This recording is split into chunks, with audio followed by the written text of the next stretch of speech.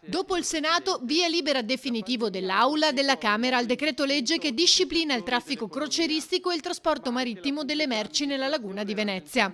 Il provvedimento è stato approvato con 370 voti a favore, 16 contrari, i deputati di L'Alternativa C'è, e 29 astenuti, i deputati di Fratelli d'Italia. La prospettiva di realizzare un porto offshore fuori dalla laguna per ospitare navi da crociera e navi transoceaniche commerciali è sicuramente una soluzione all'altezza di una città come Venezia.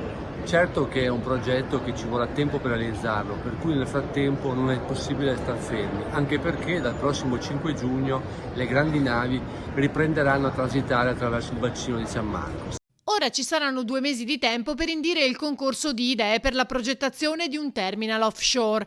Nel frattempo è urgente individuare una soluzione transitoria, evidenzia Pellicani, partendo da decisioni assunte dal comitatone.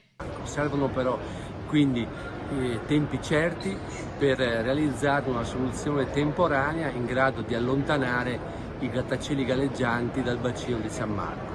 Ovviamente una soluzione che non preveda nuovi scavi in laguna, perché la laguna è un ambiente troppo fragile che non va toccato. A regime io credo che sia necessario studiare dei passaggi solamente per navi a misura di Venezia, chiamiamole così.